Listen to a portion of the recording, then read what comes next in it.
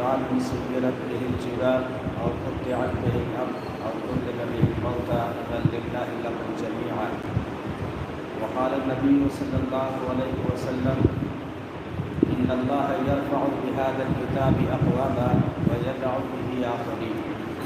وقال النبي صلى الله عليه وسلم تبرك بالقرآن فإنه كلام الله وخرج منه أو كما قال عليه الصلاة والسلام. محترم دوستوں، بزرگوں اور عزیز بھائیوں، اللہ تبارک و تعالیٰ کے بے شمار انعامات اور احسانات ہیں کہ جس نے ہمیں قرآن کی نسبت سے جمع ہونے کی توفیق عطا فرمائی. بہت خوشی جب میں نے سنا کہ آپ ہفتے میں 2 مرتبہ اسی نسبت سے جمع ہوتے ہیں. اللہ تبارک و تعالیٰ قبول فرمائے اور موت تک اس نسبت کو پہنچے. بہت بڑی نسبت ہے. جو قومیں قرآن سے وابستہ ہو جاتی ہیں، جو قومیں قرآن سے اپنا تعلق اور رشتہ جوڑ لیتی ہیں، ان کا عروج اور ترقی نصیب بن جاتا ہے. اور جو قومیں قرآن سے منہ پھیر لیتی ہیں تو پھر پستی و کھانے ان قوموں کا مقدر بن جاتا ہے. بہت بڑی عبادت ہے. قرآن کریم ایسی عبادت ہے کہ جس کا سنانا بھی عبادت ہے، سننا بھی عبادت ہے، سمجھانا بھی عبادت ہے، سمجھنا بھی عبادت ہے، پڑھنا بھی عبادت ہے، پڑھانا بھی عبادت ہے، بلکہ قرآن کریم کو دیکھنا بھی عبادت ہے، قرآن کریم کو چھونا بھی عبادت ہے. بہت بڑی نسبت ہے، بہت بڑی عبادت ہے. قرآن کریم ایسی بلند کتاب ہے کہ جو بھی اس سے وابستہ ہو جاتا ہے، جو بھی اس سے منسلک ہو جاتا ہے، اس کو بھی بلند کر دیتی ہے. آپ غور فرمائیے، قرآن کریم جو فرشتہ لے کر آیا وہ فرشتہ سارے فرشتوں کا سردار بن گیا. قرآن کریم جس پیغمبر پہ نازل ہوا وہ پیغمبر سارے نبیوں کا سردار بن گیا. قرآن کریم جس مہینے میں آیا وہ مہینہ سارے مہینوں کا سردار بن گیا، رمضان. اور قرآن کریم جس رات میں آیا وہ رات ساری راتوں کی سردار بن گئی، وہ ہے شب قدر. اب غور فرمائیے کہ رمضان کو میرے دماغ میں بھی یہ بات تھی کہ شاید اسی لیے رمضان کو عزت ملی ہے کہ اس میں روزہ ہے، اس میں تراویح پڑھی جاتی ہے، یہ خاص عبادت کا مہینہ ہے. لیکن جب یہ مسئلہ میں نے قرآن کریم کے آگے رکھا کہ قرآن کریم خود بتائیے جو ہے رمضان کو عزت کیوں مل گئی، رمضان کو سرداری کیوں مل گئی، تو پھر قرآن بولا شہر رمضان الذی انزل فیہ القرآن. یہ رمضان کو اسی لیے عزت ملی ہے کہ اس رمضان میں خدا کا قرآن آیا ہے. میں نے پوچھا قرآن کیوں ہی بتا، یہ شب قدر کو عزت کیوں ملی، کیوں یہ ساری راتوں کی سردار بن گئی؟ تو پھر اس کے بارے میں بھی قرآن بولا اِنَّا أَنزَلْنَاهُ فِي لَيْلَةِ الْقَدْرِ. یہ شب قدر اسی لیے قابل قدر ہے کہ اس میں ہم نے قرآن اتارا ہے. جس چیز نے بھی قرآن سے نسبت جوڑی تو وہ سردار بن گیا، اس سے عزت مل گئی. یہ تو بہت بڑی چیزیں تھی. آئیے میں سمجھانے کے طور پہ چند چھوٹی چیزوں کا ذکر کرتا ہوں جو بے قیمت چیزیں ہوتی ہیں، بے وقت چیزیں ہوتی ہیں، جن کی کوئی حیثیت نہیں ہوتی، لیکن جب وہ چیزیں اپنا رشتہ قرآن سے جوڑتی ہیں تو پھر ان کی جو ہے بلندی آسمانوں تک پہنچ جاتی ہے، ثریا تک پہنچ جاتی ہے. آئیے کپڑا تھوڑا چاہیے مجھے. دکاندار سے میں نے کہا مجھے تھوڑا سا ہاتھ 1 گز کے برابر کپڑا دے دو. دکاندار نے یا ٹیلر نے مجھے کپڑا پکڑا دیا، لے جاؤ. میں نے کہا کتنے پیسے؟ تو کہا اتنے، اس ٹکڑے کے کیا پیسے لوں گا، یہ معمولی سا ٹکڑا ہے، میرے کوئی کام آئے گا نہیں، فالتو قسم کا کپڑا پڑا ہے، لے جاؤ، آپ کے کوئی کام آ رہا ہو تو کام نکال لو، اس کے کیا پیسے لینے ہیں. لیکن اسی ٹکڑے کو جب میں لے کر پہنچا نا ٹیلر کی دکان پہ، میں نے کہا ٹیلر صاحب یہ کپڑا ہے بے قیمت، دکاندار نے اس کی کوئی قیمت نہیں لی ہے، لیکن اس کپڑے سے مجھے قرآن کا جزدان بنا کے دو. اب اس ٹکڑے سے جب قرآن کا جزدان بن گیا تو اس جزدان کو پھر سینے سے لگایا جاتا ہے، پھر اس کو چوما جاتا ہے، اس میں پیشانی رکھی جاتی ہے. ارے اس ٹکڑے کو عزت کیوں ملی؟ یہ تو بے قیمت تھا، اس کا کوئی ویلیو نہیں تھا، اس کا کوئی مقام نہیں تھا، اس کا کوئی اسٹیٹس نہیں تھا، آج اس کو چوما جا رہا ہے، آج اس کو سینے سے لگایا جا رہا ہے اس ٹکڑے کو، اسی لیے عزت مل گئی۔ اس ٹکڑے نے، اس کپڑے نے اپنا رشتہ قرآن سے جوڑا۔ لکڑی پڑی ہوئی کے رستے میں معمولی بڑی بڑی لکڑیوں کی بات نہیں کرتا، بڑی بڑی فرنیچر کی بات نہیں کرتا، جو ہے دروازے بہت مہنگے ہیں اور پلنگ بہت مہنگے ہیں، میں اس لکڑی کی بات کر رہا ہوں جو معمولی سے ٹکڑا رستے میں پڑا تھا۔ اگر کوئی اور دیکھ لیتا تو شاید اٹھا کے اسے چولہے میں ڈال دیتا، لیکن میں نے اس کو وہاں سے اٹھایا اور جو ہے ستھار کے پاس میں نے پوچھا کہ ستھار صاحب یہ معمولی سا لکڑی کا ٹکڑا راستے میں ملا تھا، میں نے چوری نہیں کی ہے، اس کو آپ تو چوری نہیں سمجھا جاتا، اگر معمولی سی لکڑی اگر جنگل میں پڑی ہو ہر کوئی اسے اٹھا لیتا ہے، تو میں نے اسے اٹھا لیا ہے، اب اس لکڑی سے تم قرآن کی رحل بنا دو۔ جب وہ رحل تیار ہو جائے گی تو اس رحل کو سینے سے لگایا جائے گا، اس رحل کو اب چوما جائے گا، اس سے اونچی جگہ پر رکھا جائے گا۔ ارے اس لکڑی کو عزت کیوں مل گئی؟ یہ تو بے قیمت تھی، اس کی تو کوئی ویلیو نہیں تھی، یہ تو رستے میں پڑی تھی، اس کو لوگ چولہے میں ڈالتے تھے، اب اس کی جب رحل بن گئی ہے تو اس کو سینے سے کیوں لگایا جاتا ہے؟ اس لیے اس لکڑی کو عزت مل گئی کہ اس لکڑی نے اپنا رشتہ قرآن سے۔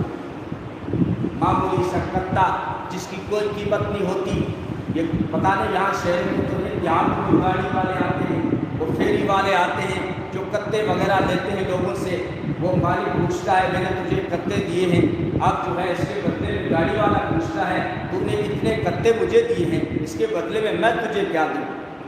وہ کہتے کیا دوں؟ کتے کی کوئی قیمت ہوتی ہے؟ کیا تو اس کی کوئی قیمت نہیں ہوتی، کیا دے گا؟ کوئی ایک غبارہ ہی میرے ٹیگر کو، میرے بچے کو، میرے چھوکرے کو، میرے چھورے کو ایک غبارہ ہی پکڑا دے، اور کیا اس کی قیمت ہو سکتی ہے؟ لیکن اس کتے نے جب اپنا رشتہ قرآن سے جوڑا اور جلد بن کر یہ کتا جب قرآن کا حصہ بن گیا تو اتنا مقدس بن گیا کہ عرش خدا بولا اس کے پاس میں لا یمسہ الا المطہرون، اب اس کتے کو بھی آپ ناپاک ہاتھوں سے چھو نہیں سکتے۔ ارے اس کتے کو عزت کیوں مل گئی؟ اسی لیے عزت مل گئی اس کتے نے اپنا رشتہ قرآن سے جوڑ دیا۔ معمولی چیزیں جب قرآن سے رشتہ جوڑ کر بلند ہو سکتی ہیں تو مسلمانوں کیا ہم قرآن سے رشتہ جوڑ کے اللہ کے یہاں جو ہے مرتبہ حاصل نہیں کر سکتے؟ کیوں نہیں حاصل کر سکتے؟ آج ہم ذلیل و خوار جو ہے اس کی وجہ یہی ہے کہ ہم نے قرآن سے تعلق توڑ رکھا ہے، قرآن سے منہ پھیر رکھا ہے۔ میری نہیں مانتے ہو، علامہ کی مان لو۔ علامہ فرماتے ہیں وہ معزز تھے زمانے میں مسلمان ہو کر، اور تم ذلیل و خوار ہوئے قرآن چھوڑ، تاریخ قرآن ہو کر یعنی قرآن کو چھوڑ کر ذلیل و خوار ہوئے۔ یہ اقبال کا تجزیہ ہے جو کالجوں میں پڑھا ہے، وہ کہتا ہے کہ مسلمان اسی لیے ذلیل و خوار نہیں ہے کہ اسے انگلش نہیں آتی، اس لیے ذلیل و خوار نہیں ہے کہ اس کے پاس حکومت نہیں ہے۔ اقبال کا کہنا یہ ہے کہ مسلمان جو آج پستی میں ہے اس کی سب سے بڑی وجہ یہ ہے کہ اس نے قرآن سے تعلق توڑ رکھا۔ اس لیے ضرورت ہے کہ ہم قرآن سے اپنے تعلق کو مضبوط کریں۔ قرآن سے، یہ قرآن ہدایت ہے، یہ قرآن نورانیت ہے، یہ قرآن صداقت ہے، یہ قرآن بصارت ہے، یہ قرآن بصیرت ہے، یہ قرآن رحمت ہے، یہ قرآن برکت ہے۔ ایسے جملے نہیں بول دیے بغیر سوچے، ایک جملے پہ اللہ کے فضل سے قرآن کی آیت بھی پڑھ سکتا ہوں اور اللہ کے فضل سے حدیث بھی پیش کر سکتا ہوں۔ قرآن ہدایت ہے، حدیث بولے گی، قرآن بولے گا، قرآن رحمت ہے، قرآن بولے گا، حدیث بولے گی، قرآن برکت ہے، قرآن بولے گا، حدیث بولے گی۔ نبی نے فرمایا لا نبی نے فرمایا تبرک بالقرآن فإنہ کلام اللہ، اس قرآن سے برکت حاصل کیجیے، یہ اللہ کا کلام ہے، جو جس کی جتنی بڑی ذات ہوتی ہے اتنی اس کی بڑی بات ہوتی ہے، جس کی جتنی بڑی ذات ہوتی ہے اتنی ہی اس کی بڑی بات ہوتی ہے۔ تو یہ قرآن کریم کتنی بڑی بات ہے کہ جو ہے خدا کی ذات کی بات، خدا کی ذات سب سے بڑی ذات ہے تو ان کی بات بھی سب سے بڑی بات ہے۔ کلام الملوک کے ملوک الکلام، بادشاہوں کا کلام جو ہوتا ہے وہ کلام کا بادشاہ ہوتا ہے، خدا بادشاہوں کا بادشاہ ہے تو ان کی بات جو ہے سارے کلاموں کی بادشاہ ہے۔ نبی کی بات، اللہ کی بات کیسے ہے؟ آپ کہیں گے یہ تو لوح محفوظ میں محفوظ تھا۔ اللہ کی یہ وہ بات ہے جو اس نے اپنے محبوب سے 23 سال کے عرصے میں جو اپنے محبوب سے بات کی وہ 30 پارے۔ آپ کے ذہن میں سوال آئے گا کہ یہ تو پہلے سے لوح محفوظ میں محفوظ تھا، دنیا بنائے جانے سے 2000 سال پہلے یا 1000 سال پہلے اللہ نے خود قرآن پڑھا۔ جب قرآن پڑھا تو فرشتے عش کر اٹھے، کہنے لگے کتنی مبارک ہوگی وہ امت جس کو یہ قرآن ملے گا، کتنی مبارک ہوگی وہ زبانیں جو اس قرآن کی تلاوت کریں گی، کتنے مبارک ہوں گے وہ کان جو اس قرآن کو سنیں گے۔ عش کر اٹھے۔ اللہ نے لوح محفوظ میں اگرچہ محفوظ ہے، لیکن اللہ تعالیٰ نے بات کی تنہائی میں کہ میں اپنا ایک محبوب بناؤں گا اور اس سے یہ ساتھی دوں گا، اس سے ضرورت پڑے گی تسلیوں کی، خدیجہ دے دوں گا، اگر اس سے ضرورت پڑے گی مدد کی، عمر اس کے دروازے پہ بھیج دوں گا، فلاں موقع کو اس کی مدد کے لیے بدر میں فرشتے اتار دوں گا، میں جو ہے اس کو تبوک میں لے جاؤں گا، میں اس سے جو ہے حدیبیہ میں یوں صلح کراؤں گا۔ یہ ساری باتیں جو میرے محبوب سے کروں گا، وہ تنہائی میں اللہ نے بات کی، فرشتوں نے وہ سنی، وہ 30 پارے بن گئے جو لوح محفوظ میں محفوظ تھے، اور پھر 23 سال کے عرصے میں موقع محل بنا کر اللہ نے اپنے محبوب کو یہ ساری بات جو ہے اتار دی، اور اس کی حفاظت کی ذمہ داری بھی جو ہے لے لی تاکہ انسانیت اس کلام سے محروم نہ رہے۔ تو یہ اللہ کا کلام ہے جس کی جتنی بڑی ذات ہوتی ہے اتنی اس کی بڑی بات ہوتی ہے۔ یہ اللہ کا کلام ہے، اس کی عظمت کا ہمیں اندازہ نہیں ہے، ورنہ جب اللہ تعالیٰ نے اس کلام کو اتارنے کا فیصلہ کیا تو سب سے پہلے آسمانوں سے پوچھا، آسمانوں تم اتنا بلند، اتنے وزن اٹھا کے بیٹھے ہو، اتنی چیزوں کا وزن تم نے اٹھا رکھا ہے، تو تم میرے قرآن کا بھی وزن اٹھا دو۔ میں تم پہ قرآن اتارنا چاہتا ہوں، فَأَبَيْنَ أَن يَحْمِلْنَهَا وَأَشْفَقْنَ مِنْهَا، تو آسمان ایسے چرچرانے لگے جیسے اگر لکڑی کی چارپائی پہ 10 بندے بیٹھ جائیں، وہ بولنے لگ جاتے ہیں، چرچر کرنے لگ جاتے ہیں۔ بس اللہ نے اتنا پوچھا، اے آسمانوں تم پہ میں قرآن اتار دوں، تو وہ کانپ گئے، ڈر گئے، ان کے اوپر جو ہے کب کبھی تاری ہوگی، لرزہ پر اندام ہو گیا، وہ چرچرانے لگے کہ ہم سارے بوجھ اٹھا سکتے ہیں لیکن تیرے قرآن کا بوجھ نہیں اٹھا سکتے۔ پھر اللہ نے دھرتی سے پوچھا، دھرتی اتنے سارے بوجھ تم نے اٹھا گئی، سمندروں کے بوجھ، پہاڑوں کے بوجھ، گناہوں کے بوجھ، ناپاکیوں کے بوجھ، بہت سارے بوجھ اٹھا کے بیٹھی ہے، قرآن اتار دوں مجھ پہ، تو دھرتی بھی کانپ اٹھی اور لرز اٹھی، کہنے لگی میں سارے بوجھ اٹھا سکتی ہوں لیکن تیرے کلام کا بوجھ میرے سے نہیں اٹھایا جائے گا۔ پھر اللہ نے پہاڑوں سے پوچھا، ارے پہاڑوں تمہاری مضبوطی کے تو لوگ مثال دیتے ہیں، کہتے ہیں صحابہ کا ایمان پہاڑ میں جیسا تھا، حالانکہ پہاڑوں کو کاٹنے کے لیے مشینیں موجود ہیں، صحابہ کے ایمان کو کاٹنے کے لیے دنیا میں کوئی مشین وجود میں نہیں آئی، لیکن ہمارے پاس اور کوئی مثال نہیں ہے۔ مضبوطی کے لیے پہاڑ کی مثال دی جاتی ہے، یہ پہاڑوں کیا تم پہ میں اپنا قرآن، اپنا کلام اتار دوں؟ پہاڑوں نے بھی انکار کر دیا۔ اللہ نے فرمایا لو انزلنا ھذا القرآن علی جبل لرأیتہ خاشعا متصدعا من خشیۃ اللہ، اگر میرا قرآن میں پہاڑوں کو اتارتا تو جو ہے دہشت اور وحشت اور خوفناک سے وہ پھٹ پڑتے، وہ چورا چورا ہو جاتے، ان کے اوپر لرزہ بردار ہو جاتا۔ تو اللہ کو قرآن کو اتارنا تھا، اللہ اپنے فیصلے تھوڑی بدلتا ہے، آسمان کے انکار کرنے سے اس کا فیصلہ نہیں بدلے گا، دھرتی کے انکار کرنے سے اس کا فیصلہ نہیں بدلے گا، پہاڑوں کے انکار کرنے سے اس کا فیصلہ نہیں بدلے گا۔ قرآن کو اتارنا تھا، اتارے گا۔ آسمانوں نے انکار کر دیا، دھرتی نے انکار کر دیا، پہاڑوں نے انکار کر دیا، اب وہ کون سی جگہ ہے جس کی وسعت آسمانوں سے زیادہ ہو؟ وہ کون سی جگہ ہے جس کی جو ہے وسعت اور جس کا پھیلاؤ جو ہے دھرتی سے بھی زیادہ ہو؟ وہ کون سی جگہ کی جس کی مضبوطی پہاڑوں سے بھی زیادہ ہو؟ وہ جگہ کی قلب محمد رسول اللہ صلی اللہ علیہ وسلم، کہ اللہ نے اس کلام کو اپنے محبوب کے دل پہ اتارا۔ اب دل پہ اترا ہے، جس عضو پہ اترا ہے پھر وہ عضو بھی سارے اعضاء کا سردار۔ اب دل ساری باڈی میں سردار کیوں ہے؟ اس نے نسبت پائی ہے قرآن سے، ڈائریکٹلی محمد عربی صلی اللہ علیہ وسلم کے دل پہ اترا، لیکن سارے انسانی قلوب کا کنیکشن جو ہے وہاں سے جڑا ہے۔ اب جو ہے ہمارے پاس جو یہ محفوظ ہے یا سینوں میں حفاظ کے سینوں میں محفوظ ہے، تو اصل میں قرآن کا وزن اتنا تھا کہ کوئی مسلمان، کوئی عالم، کوئی مفتی، کوئی قاری اس کا وزن نہیں اٹھا سکتا تھا۔ ڈائریکٹلی اللہ نے اپنے محبوب کے دل پہ اتارا، اب وہاں سے ٹرانسفر ہو کر دوسروں کے سینوں میں ڈالا گیا ہے۔ یہ معجزہ ہے کہ یہ معجزہ ہے قرآن کا کہ وہ سینوں میں محفوظ ہو جاتا ہے، ورنہ اتنی بڑی دنیا کی کوئی اور کتاب کو یاد کرنے کی دکھائے اور پھر یاد رکھ کے دکھائے، یہ معجزہ ہے کہ دلوں میں یہ محفوظ ہو جاتی ہے۔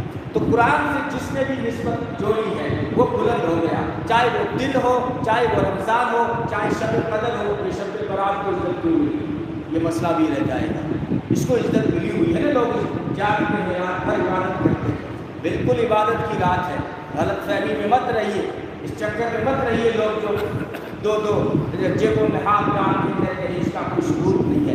بہت ساری روایتوں میں ہے جو ہے اس کا ثبوت موجود ہے، یہ عبادت کی رات ہے، لیکن یہ غلط فہمی بھی نکال دیجیے، یہ کوئی تہوار نہیں ہے، یہ مساجد میں ہجوم کرنا اور جو ہے اچھے پکوان بنانا، اس سے اسلام کا کوئی تعلق نہیں ہے۔ بہرحال یہ عبادت کی رات ہے۔ میں کہہ رہا تھا اس کو عزت کیوں ملی، شب قدر کو قرآن بولا کہ ہم نے قرآن اتارا ہے تب وہ قابل قدر بنی، لیکن شب برات کو عزت کیوں ملی؟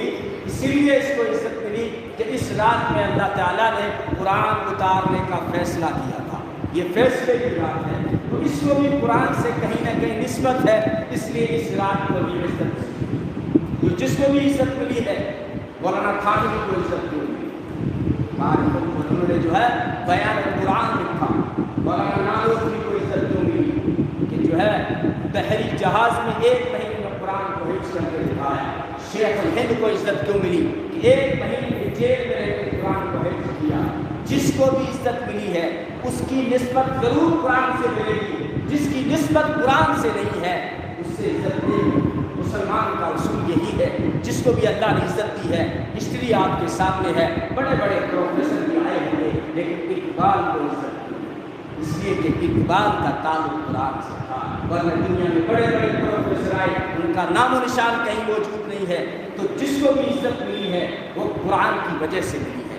شیخ عبد الکریم ولی ندوی کو میں سمجھتا ہوں عزت کیوں ملی ہوئی ہے، اسی لیے ہے کہ پڑھائی کے زمانے سے ان کی نسبت قرآن سے جڑی ہوئی ہے، اللہ نے ان کو تفسیر کا علم دیا ہے، ان سے فائدہ اٹھائیے اور جو ہے بغیر ناگے کے ہفتے میں 2 مرتبہ جو سبق ہوتے ہیں جو ہے پابندی کے ساتھ اس میں حاضری دیجیے، آپ اس سے جڑے رہیں گے، آپ کو ہدایت ملے گی، اس سے آپ کو قوت ملے گی، آپ کی وہ طبیعتیں جو گناہوں پہ جمی ہوئی ہیں، لیکن اس درس میں شرکت کی برکت کی وجہ سے آپ کو گناہوں چھوڑنا بہت آسان ہے۔ بہت سوچ کے بول رہا ہوں، میں نے کچھ کہیں پڑھا ہے تب بول رہا ہوں کہ آپ اس درس میں شامل رہیے، آپ کو ہدایت آپ کی بڑھتی رہے گی، اور آپ جو گناہ چھوڑ نہیں سکتے ہیں، ارادے کرنے کے باوجود نہیں چھوڑ سکتے ہیں، اور آپ چند دن اور چند ہفتے آپ قرآن کے درس میں شامل رہیے، قرآن کریم کی یہ خصوصیت موجود ہے۔ میں نے جو آیت پڑھی وَلَوَنَّ قُرْآنًا سُيِّرَتْ بِهِ الْجِبَالُ أَوْ قُطِّعَتْ بِهِ الْأَرْضُ أَوْ كُلِّمَ بِهِ الْمَوْتَىٰ بَل لِلَّهِ الْأَمْرُ جَمِيعًا۔ مشرکین مکہ نے کہا تھا کہ ہم قرآن کو تو اس وقت مانیں گے جب تم قرآن سے پہاڑوں کو چلا کے دکھاؤ، ہم قرآن کو اس وقت مانیں گے جب اس قرآن کے ذریعے سے تم زمین پھاڑ کے چشمے جاری کر کے دکھاؤ، ہم قرآن کو اس وقت مانیں گے جب آپ اس قرآن کے ذریعے سے ہمارے باپ دادے جو مر گئے ان مردوں کو زندہ کر کے دکھاؤ۔ تو قرآن نے ان کو یہ جواب تو نہیں دیا، لیکن انہیں جواب مل گیا وَلَوْ أَنَّ قُرْآنًا سُيِّرَتْ بِهِ الْجِبَالُ أَوْ كُلِّمَ بِهِ الْمَوْتَىٰ بَل لِلَّهِ الْأَمْرُ جَمِيعًا۔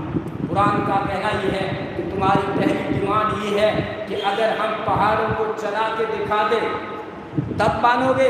ارے پہاڑ کو چلانا، ہلانا، ایک جگہ سے دوسری جگہ لے جانا یہ تو بہت ہلکا کام ہے، اس سے بھاری کام قرآن نے کر کے دکھا دیا کہ وہ طبیعتیں جو کفر پہ جمی ہوئی تھی، وہ جو ہے ظلم پہ جمی ہوئی تھی، نافرمانی پہ جمی ہوئی تھی، جہالت پہ جمی ہوئی تھی، ان طبیعتوں کو قرآن نے جو ہے بدل دیا، جو ہے چلا کے دکھا دیا، وہاں سے ہٹا کے جو ہے مشہور ہے نا کہ جبل گردت جبلت نہ گردت، کہ پہاڑ ایک جگہ سے ہٹ سکتا ہے لیکن انسان کی عادت اور طبیعت نہیں بدلتی، لیکن قرآن نے عادتیں بھی بدلی، طبیعتیں بھی بدلی۔ تو تمہاری یہ ڈیمانڈ بیکار ہے کہ قرآن جب پہاڑ چلنے میں کر مانیں گے، پہاڑ سے زیادہ سخت چیز تو قرآن نے چلا کے دکھا دی۔ دوسری بات ڈیمانڈ تم کرتے ہو کہ زمین سے ہم جو چشمے جاری کر کے دکھائیں تب قرآن کے مانو گے، ارے زمین سے چشمے تو ہر جگہ نکل آتے ہیں، تمہارے بنجر سینوں سے ہدایت کے اور علم کے اور نور کے چشمے جو جاری ہو گئے،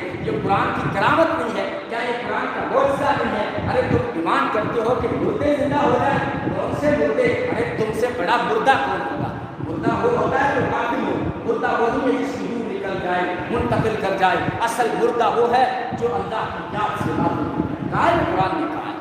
آج ہم جو ہے شکوے کرتے ہیں کہ مودی مار رہا ہے، یوگی مار رہا ہے، RSS والے مار رہے ہیں، کوئی نہیں مار رہا ہے۔ بھائی مردہ جو ہوتا ہے اس کو تو دفنایا ہی جاتا ہے۔ جب ہم نے قرآن کو چھوڑ دیا جو اللہ کا سب سے بڑا ذکر ہے، قرآن کیا ہے؟ اللہ کا سب سے بڑا ذکر ہے۔ اور حدیث میں نبی نے کیا فرمایا؟ جو ذکر نہ کرے وہ مردہ ہے۔ سب سے بڑا ذکر قرآن، اور سب سے بڑے ذکر کو ہی چھوڑ دیا تو اس سے بڑا کوئی مردہ ہوگا؟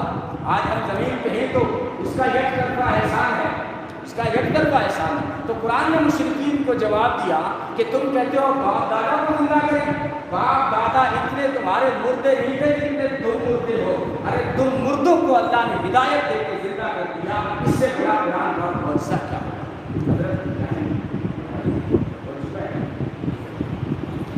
تو قرآن کریم ایسا معجزہ ہے، یہ اللہ نبی پاک صلی اللہ علیہ وسلم کو اللہ نے بہت سے معجزات عطا فرمائے، لیکن سب سے بڑا معجزہ، سب سے زندہ معجزہ یہ قرآن کریم ہے جو آج بھی بولتا ہے۔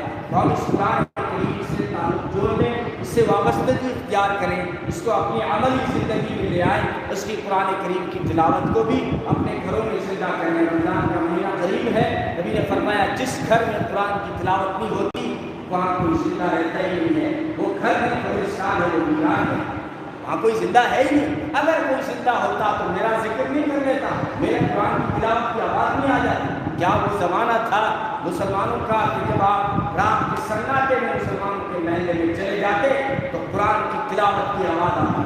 اور حضرت فاطمہ رضی اللہ تعالیٰ نے شکایت کی، یا اللہ تیری رات کتنی چھوٹی ہے کہ میں 2 رکعت میں تیرے قرآن کو مکمل کرنے کا لطف نہ اٹھا سکی کہ تیری رات مکمل ہو۔ اسی لیے تو حسین نے تلوار کے نیچے قرآن پڑھا، اسی نے کہا آپ یہاں بھی قرآن پڑھتے ہو؟ فرمایا قرآن یہاں کیوں نہ پڑھو؟ میں قرآن کیوں نہ پڑھوں کہ میری نانی وہ نانی تھی جنہوں نے خاکوں میں قرآن پڑھا، میرا نانا وہ نانا تھا جنہوں نے جو ہے پتھروں میں قرآن پڑھا، تائی کو پتھر کھائے وہاں قرآن پڑھا، اور میرا جو ہے میری امی وہ امی تھی جنہوں نے چکی پیس کے قرآن پڑھا، میرا ابا علی وہ ابا تھا جنہوں نے جنگ کے میدان میں قرآن پڑھا، میرا بھائی حسن وہ بھائی تھا جنہوں نے تخت پہ رہ کے قرآن پڑھا۔ تو حسین تلواروں کے نیچے مست ہو کے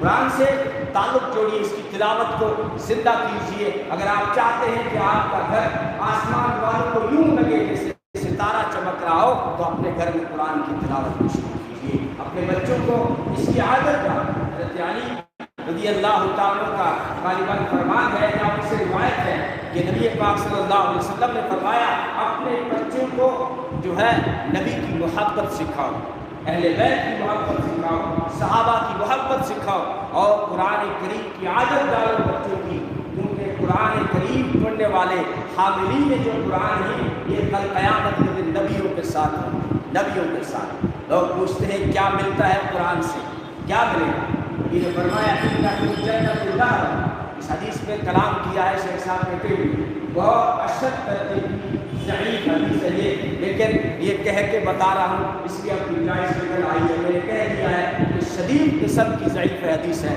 لیکن فضائل کے بیان میں جو ہے لوگ اس کو بیان کرتے ہیں، خاص کر خطیب لوگ یہ بیان نہیں کریں گے تو پھر اور نہیں کون بیان کرے گا۔ لو ان قرآن سیرت بہ الجبال، اور یہ تو قرآن کریم کی آیت ہے، میں کہہ رہا تھا نبی نے فرمایا ان فی الجنۃ نہرا اسمہ ریان علیہ مدینۃ من مرجان لہ 70,000 باب من ذهب وفضہ من حامل القرآن۔ جنت میں ایک نہر ہے جس کا نام ہے ریان، اس کے کنارے پہ ایک شہر ہے جس کا نام ہے مرجان، اس شہر میں 70,000 سونے اور چاندی کے گھر ہیں، ہر گھر میں، دوسری روایت ملاؤں تو ہر گھر میں 70,000 کمرے ہیں، ہر کمرے میں 70,000 دروازے ہیں، ہر دروازے سے 70,000 فرشتے داخل ہوں گے جو کہیں گے لو یہ گفٹ تمہیں اللہ نے دیا، کس کے لیے؟ حامل القرآن، قرآن پڑھنے اور پڑھانے والوں کے لیے، قرآن سننے اور سنانے والوں کے لیے، قرآن سمجھنے اور سمجھانے والوں کے لیے۔ آپ قرآن کو سمجھنے کی بھی کوشش کیجیے، اس درس کا یہی سب سے بڑا مقصد ہے کہ اگر معشوق کا خط آتا ہے، انسان اگر وہ بھاشا نہیں سمجھتا تو تڑپ جاتا ہے، پتہ نہیں کیا لکھا، پڑھے لکھے کو ڈھونڈتا ہے، ارے ماسٹر صاحب یہ میرے محبوب کا خط آیا، ذرا پڑھ کے دکھا، میرے رشتہ دار کا خط آیا، پڑھ کے دکھا، لکھا کیا ہے، کیا خبر ہے؟ خدا کا بھیجا ہوا کلام ہمارے پاس موجود ہے، اگر ہم اس سے سمجھنے کی نہ کوشش کریں تو ہم کتنے بے حس ہیں۔ اس لیے پابندی کے ساتھ درس میں آپ شامل رہیے، اس سے آپ سمجھیے، یاد رکھنا، دھوکے میں مت کھا جانا۔ یہ بہت سارے سافٹ ویئر موجود ہیں اور موبائل میں سیکھ لوں گا، کبھی نہیں سیکھ سکتے۔ اگر کڑھائی میں سیکھنے کی کوشش کی تو پھسلنے کا پورا خطرہ ہے۔ صحابہ، قرآن کریم عربی میں نازل ہوا، جو صحابہ کی زبان تھی، صحابہ عربی زبان بولتے تھے اور اس کی ساری گردانی بھی اس بھاشا کی جانتے تھے، اس کے باوجود صحابہ نے ایک ایک آیت کو نبی سے سیکھا ہے، نبی سے پوچھا ہے کہ اس آیت کا مطلب۔ امی عائشہ جیسی فقیہہ فرماتی ہے، میں بھی غلطی کھا گئی جب میں نے خود قرآن کو سمجھنے کی کوشش کی۔ قرآن نے فرمایا میں یعمل سوءا یجزا بہ، کہ جو برائی کا کام کرے گا اس سے بدلہ دیا جائے گا، اس سے سزا ملے گی۔ تو میں نے قرآن کی جب آیت پڑھی تو میں سوچنے لگی کہ پھر دوزخ سے کوئی نہیں بچ پائے گا، کیونکہ قرآن کہہ رہا ہے میں یعمل سوءا یجزا بہ، کہ جو برائی کرے گا سزا پائے گا۔ اب کون سا ایسا انسان ہے جس سے برائی نہ ہو سکے؟ اس کا مطلب سارے دوزخ میں جائیں گے۔ جب میں نے اس آیت کا مطلب نبی کے سامنے رکھا، نبی نے فرمایا عائشہ یہ مطلب نہیں ہے، مطلب یہ ہے کہ انسان جب گناہ کرتا ہے کبھی، اور دنیا میں انسان کو کبھی دکھ، مصیبت، سر درد، بخار آتا ہے تو یہ گناہوں کا کفارہ آتا ہے، یہ مطلب۔ تو اس لیے استاد چاہیے آپ کو، تو اللہ نے وہ استاد دیا ہے جس پہ راجستھان فخر کرتی ہے۔ اکثر ایسا ہوتا ہے، آپ نے غور کرنا کہ جو پڑھے لکھے اہل علم علماء ہیں وہ امامت کی طرف نہیں آتے، جن کے پاس جو حرف علم ہے نا وہ امامت کی طرف نہیں آتے۔ امامت کی طرف میرے جیسے کوڑے پہنچتے، جو علم ہے وہ مسجدوں پہ بیٹھ کے پڑھانا پسند کرتے ہیں، بہت کم اہل علم ہیں جو امامت بھی کرتے ہیں۔ آپ کو خوش نصیب ہو، آپ کو عالم جو ملا ہے، یہ علم کا سمندر ہے، ممکن کسی کی تعریف نہیں کرنی چاہیے، لیکن علماء جانتے ہیں کہ کون سی شخصیت الفلاح میں ہے، ان کی قدر کیجیے، ان کی قدر کیجیے، درس پر پابندی کے ساتھ جڑیے، ہماری آخرت سنور جائے گی۔ اللہ تعالیٰ مجھے اور آپ کو عمل کی توفیق عطا فرمائے۔ قرآن سے آپ نسبت جوڑیں گے، آخرت میں اللہ تعالیٰ آپ کو بلند کر دے گا۔ سیکھنے کی کوشش کرتے رہیے، قیامت کے دن آپ عالموں کی شکل میں کھڑے کر دیے جائیں گے۔ یاد کرنا شروع کر دیں، موت آ گئی، حافظوں کے ساتھ اٹھا لیے جائیں گے۔ بس نسبت رکھیے، محبت رکھیے۔ حدیث میں آتا ہے اللہ تعالیٰ جس سے محبت کرتے ہیں تو پھر جبریل کو کہتے ہیں سارے فرشتوں میں اعلان کر دو، سارے آسمانوں میں اعلان کر دو، دھرتی پہ اعلان کر دو کہ اس بندے سے محبت کرو۔ تو کسی نے عبداللہ بن مسعود جو صحابہ میں مفتی قسم کے ساتھ، ان سے پوچھا کہ اللہ تو اعلان کروا دیتے ہیں، فرشتے دھرتی پہ بھی اعلان کر دیتے ہیں، لیکن ہمیں کیسے پتہ چلا کہ ہمارے بارے میں اعلان ہوا ہے، کسی اور کے بارے میں ہوا ہے؟ تو مفتی کا فتویٰ سنو، ان کا فیصلہ سنو۔ عبداللہ بن مسعود فرماتے ہیں تو اپنے گریبان کو جھانک کے فیصلہ کر لے، اپنے دل میں جھانک، اگر تیرے دل میں قرآن کی محبت ہے تو خدا تجھ سے محبت کرتے ہیں، اگر تیرے دل میں قرآن کی محبت نہیں تو خدا تجھ سے محبت نہیں۔ بس یہ فیصلہ ہو گیا۔ اور جو معمولی قسم کے لوگوں نے بس قرآن سے رشتہ جوڑا، وقت نے ان کو امام بنا، وقت نے۔ ایک یہودی تھا مدینے کے قریب میں، سلام بن جبیر ان کا نام تھا، بڑا بزنس مین تھا، ملک شام گیا، وہاں کوئی غلام بک رہا تھا سستا، کالا کلوٹا، کوئی لے رہا نہیں تھا، بالکل سستا۔ انہوں نے کہا یہودی نے سوچا سستا مل رہا لے لوں، شاید کوئی لے لے گا، شاید ڈبل منافع مل جائے۔ لیکن جب مدینے آئے سارا سامان بک گیا، وہ غلام بھی گیا، کالے کلوٹے کو لینے کو کوئی تیار نہیں۔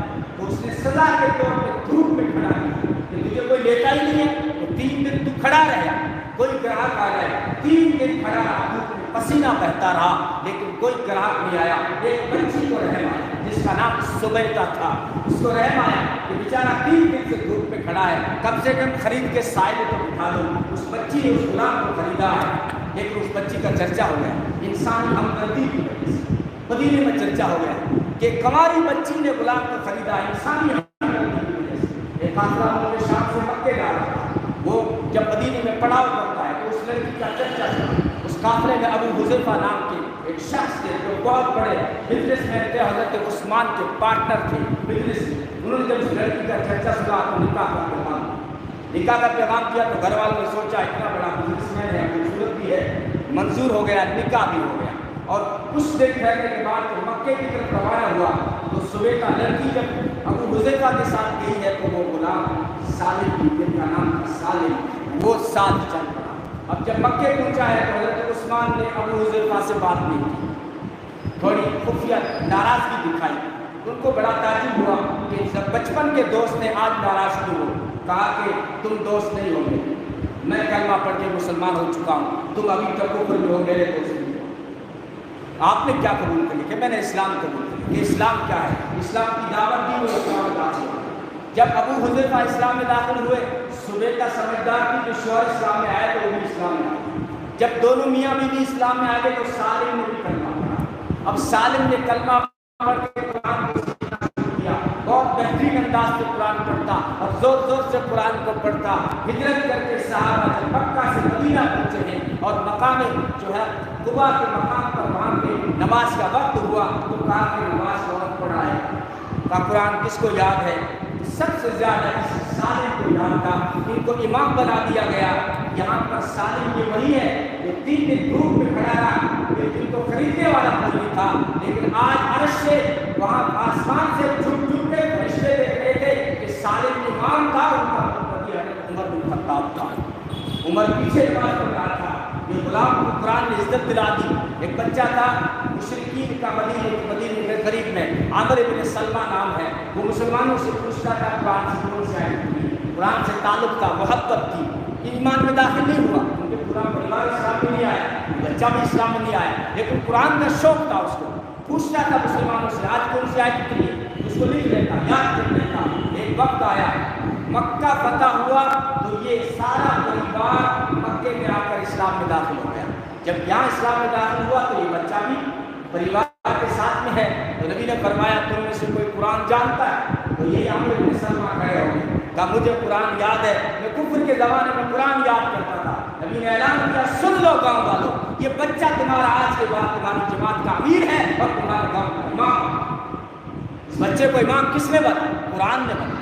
تو قرآن سے جو بھی تعلق جوڑتا ہے، قرآن کو جوان کی سرداری عطا کرتا ہے۔ بے تکی سی کچھ باتیں کہہ دی ہیں، اللہ مجھے اور آپ کو عمل کی توفیق عطا کرے۔